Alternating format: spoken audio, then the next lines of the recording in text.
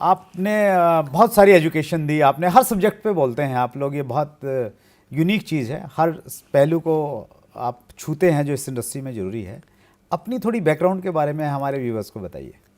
मेरी वाइफ अक्सर मुझसे पूछती है कि अपने बारे में थोड़ा बताओ। अच्छा, जब मुझे शुरू में वो मिली थी तो अब तो नहीं पूछते होंगे। जब भी मेरी लाइफ में जब मुझे कोई बैकग्राउंड पूछता है तो मैं क्या गा के उसको मेरे बारे में पूरा बता देता हूँ। क्या बात है सर।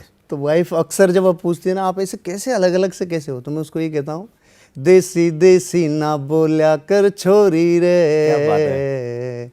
इस देसी की फैन ये दुनिया हो रही रे। बहुत खूब। Just kidding.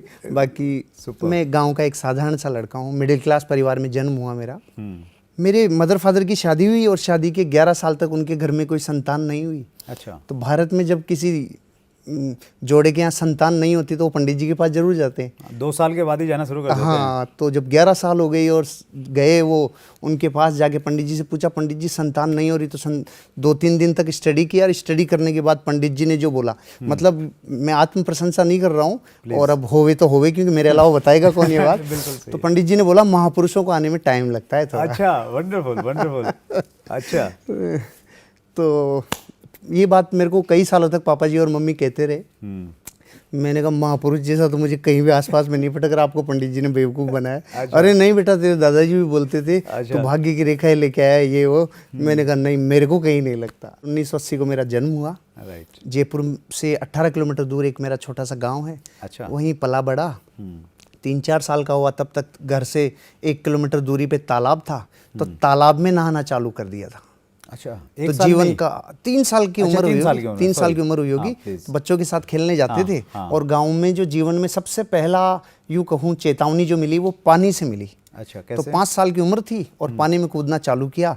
अब पानी जहाँ तक 1-2 फीट था तब तक तो ईजी, लेकिन फिर ऐसे बचपन से ऐसा था ना, और लड़के तो और भी ऊंचाई से कूद रहे हैं, मैं भी थोड़ा और ऊंचाई से कूदूंगा, तो और ऊंचाई से जाके कूदते कूदते 5 फीट, 10 फीट, 15 फीट, और गांव में जो तालाब 40 फीट तक लबालब भरते थे, उन तालाबों में कूदना चालू कर दिया। उम्र मेरी 9-10 साल तक तो खूब पानी में तैर तैर के एक्सपर्ट हो गया।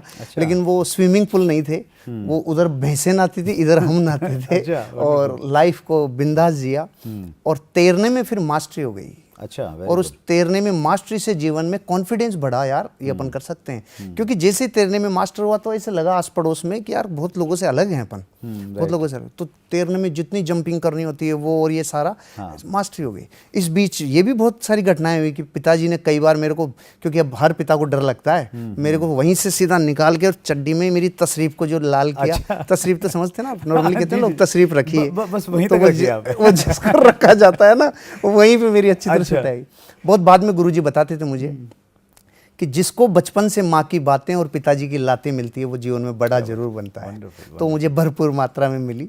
और ऐसा तो मुझे बाद में भी समझ में आता है जीवन में कि 5 वर्ष तक तो किसी बच्चे को मारना नहीं चाहिए, 16 वर्ष के बाद भी नहीं मारना चाहिए, लेकिन 5 से 16 के बीच में जितना अपने को खींच सकता है उस पर प्रैक्टिस कर लेनी चाहिए।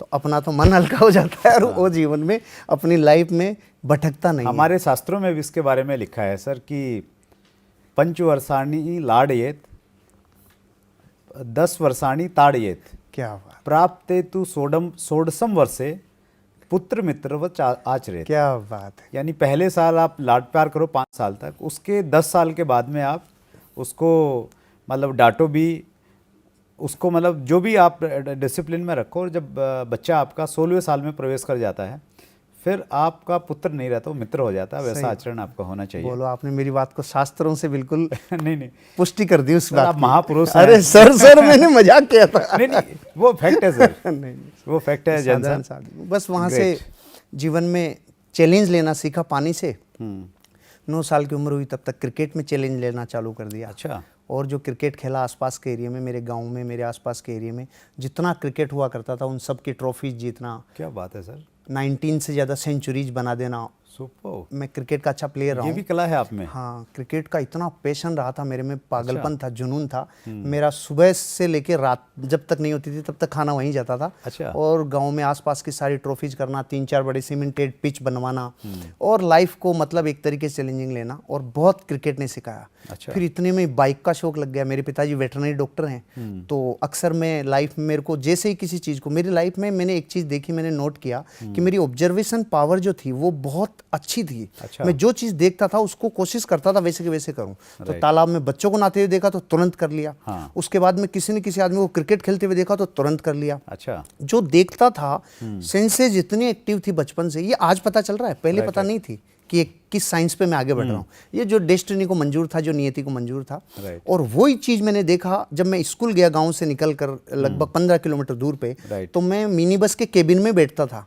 अच्छा। सिर्फ एक ही जगह देखता था ये क्या क्या कर रहा है, तो वो लेफ्ट वाला दबाता था। अच्छा, ओके। फिर यूं करता था, फिर राइट वाला ये दबाता था, फिर उसको छोड़ता, यूं करता, यूं करता, यूं करता, यूं करता। ये मैंने 2 साल इतना देखा कि 2 साल देखने के बाद जीवन में पहला जो मैंने व्हीकल चलाया, हाँ।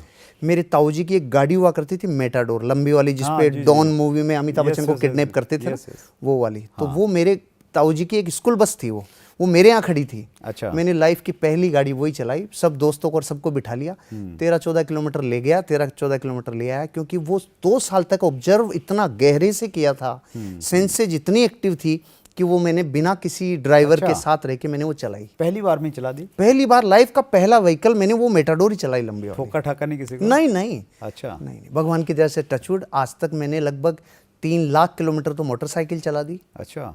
4.5 लाख किलोमीटर लगभग मैंने कारें चला दी। मुझे मोहब्बत थी इन चीज़ों से। मैं बनना चाहता था तैराक, लेकिन कोई कोच नहीं मिला तो तैराक नहीं मिला। फिर मैंने देखा मैं क्रिकेटर बनूंगा, तो पता चला कि मेरे पास कोई कोच नहीं था, कोई अपलाइन नहीं था, कोई गुरु नहीं था, मैं क्रिकेटर भी नहीं बना। लेकिन मैं सी डिवीजन खेला, डिस्ट्रिक्ट खेला मैंने। अच्छा। डिस्ट्रिक्ट खेला और सारे टूर्नामेंट्स खूब खेले। अभी तो आप मेरा क्रिक हीरोज वेबसाइट पर अगर डेटा देखेंगे, जो मैं अभी यहाँ पर, ऐसा कोई मौसम नहीं है, नहीं तो मैं बताता आपको। और वहाँ पर अच्छा रिकॉर्ड है मेरा। और वर्ल्ड की सबसे फास्टेस्ट सेंचुरी जो बनाई है 37 गेंदों पे, उसके बाद फिर मेरी है 29 पे। क्या बात कर रहे हो? 29 बॉल पे। कब कौन से टाइम की बात है ये मैंने खेला अभी मार्च 2017 में। पहले तो मैंने सन 2000 तक खेला, फिर मैं 17 साल मेरी जिंदगी के मेरे करियर में लगा रहा। मैं रिटायरमेंट के बाद अभी 37 वर्ष की उम्र में 1-1.5 साल पहले जब मैं दोबारा खेलने गया, तो 20-20 साल के लड़के थे, और जो मैंने उनकी मतलब जो किया, तो वो कहते अंकल क्या खाते हो? मैंने कहा नहीं बेटा, मैं मेरे नेटवर्क मार्केटिंग बिजनेस के प्रोडक्ट्स खाता हूँ। उनमें ताकत आ जाती है। तो क्रिकेट का पैशन हुआ, फिर ऐसी गाड़ियाँ चलाने का पैशन हुआ। ये सब इसलिए हो रहा था कि मेरी नियति मुझे कह रही थी तुझे काम ही ऐसा ही मिलेगा, तू लगा ही रहे जिंदगी पर। तो जिस काम से एक दिन मेरे दोस्त थे, हम लोग 5 लोगों को मुंबई जाना था, ना ट्रेन मिली ना कोई फ्लाइट मिली।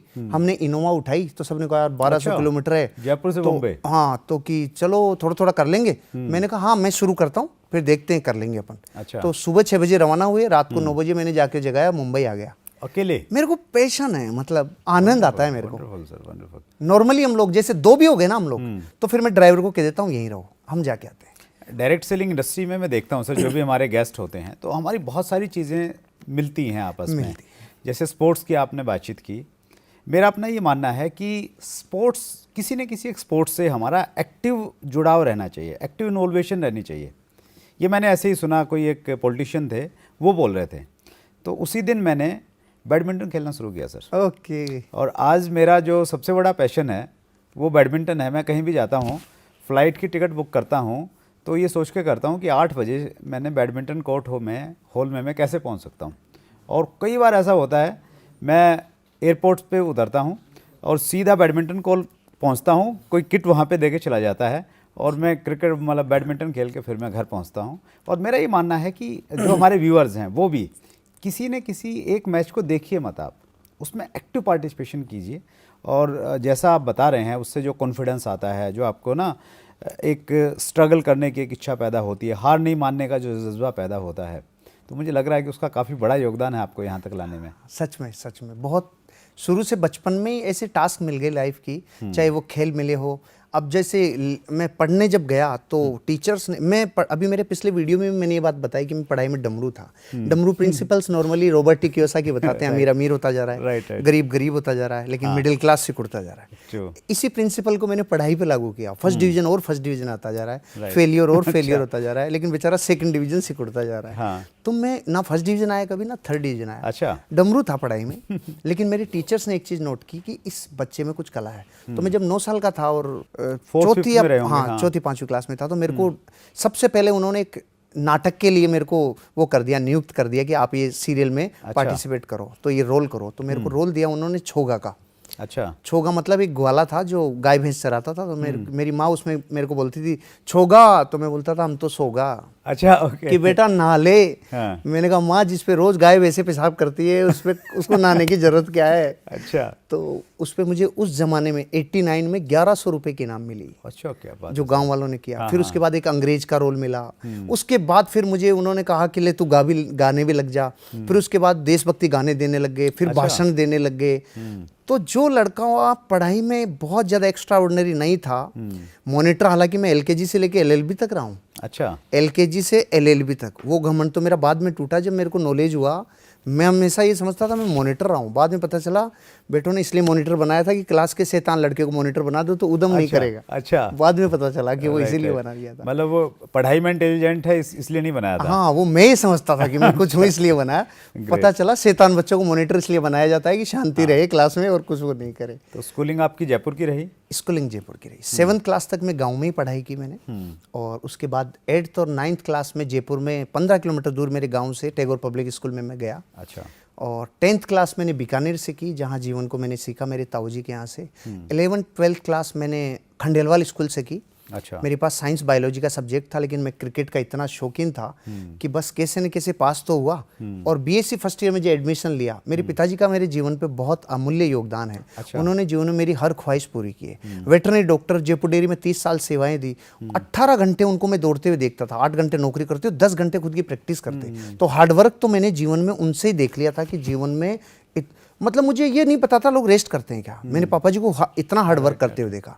मुझे बाटा के जूते ला के देते, मुझे किट ला के देते। मेरा एग्जाम था फिजिकल केमिस्ट्री का 4 दिन पे। पापा ने ये नहीं कहा कि यार पढ़ाई लिखाई कर ले? खूब कहते थे। अच्छा, लेकिन मेरा जो पैशन था, जो जुनूनियत थी कि यार हार भी नहीं, उनको अंदरूनी तो खुशी होती थी कि यार ठीक है ये कुछ और बन जाएगा, ये नहीं तो किट ला के दिया। और मैं 4 दिन बाद मेरा एग्जाम है। हम मिट्टी के पिचों पे खेला करते थे उस टाइम, कॉर्क की बॉल थी, तो लग गई। अच्छा। तो मैंने बहुत धन्यवाद दिया कि लग गई, नहीं तो लोगों को ये तो कहूंगा ना कि इसकी वजह से फेल हुआ। पता चला मैंने पढ़ाई नहीं की थी, वो फेल तो इसीलिए हुआ। अच्छा। बीएसटी फर्स्ट ईयर में जब फेल हुआ, वो ईयर था 97। ओके, 99 ओके 99 में जब बीएससी फर्स्ट ईयर में फेल हुआ, तो मेरे जीवन का जो 19 साल थे वो अलग और अब अलग। क्योंकि तब तक मुझे बाटा के शूज पिताजी पहनाते थे। हीरो पुक ला के देती थी 97 में, जब मैं 17 साल का था। अच्छा। और दोस्तों के पास कोई ऐसा व्हीकल नहीं होता था, सब बसों में जाते थे। बड़ी बात थी उस समय। लाइफ में मेरे शौक को देख के, मेरे पैशन को देख के खूब किया। लेकिन अंदर से एक जमीर ने आवाज लगाई जिस दिन मैं फेल हुआ। मैंने घड़ी खोल के टेबल पे रख दी। मैंने बाटा के जूते यूं खोल दिए, हीरो पुक की चाबी यूं रख दी। अच्छा। अब मेरे को 2 बसें लेनी पड़ती थी। एक मेरे गांव से हाईवे तक आने में 50 पैसा लगता था, और यहाँ से मुझे स्कूल पहुंचने में 1 रुपया लगता था। अच्छा। फिर वापस 1 रुपया लगता था, और यहाँ तक 50 पैसा। ये टोटल 3 रुपया पापा जी टेबल पे रखते थे। मैं वो 3 रुपया लेके जाता था। इस 50 पैसे को मैं बचाता था। मैं यहाँ से यहाँ तक पैदल आता था और पैदल जाता था। अच्छा। ये 1 रुपया बचाता था, 3 दिन तक बचाता था। और एक कचौरी खाता था, चांदपोल में एक बहुत अच्छी कचौरी मिलती थी कड़ी के साथ में। अच्छा। वो 3 दिन की मेहनत करके फिर जीवन बदला। फिर साइंस से आर्ट्स में आया, आर्ट्स में दर्शन शास्त्र सब्जेक्ट आया। अच्छा। और जीवन ने फिर करवट ले ली। जीवन ने करवट ही ले ली। इस चैनल को अगर आपने सब्सक्राइब नहीं किया है तो सब्सक्राइब कर दीजिए, बेल आइकन का बटन जरूर दबाइए ताकि हर नोटिफिकेशन आपके पास में मिलती रहे। बहुत बहुत धन्यवाद आप सबका।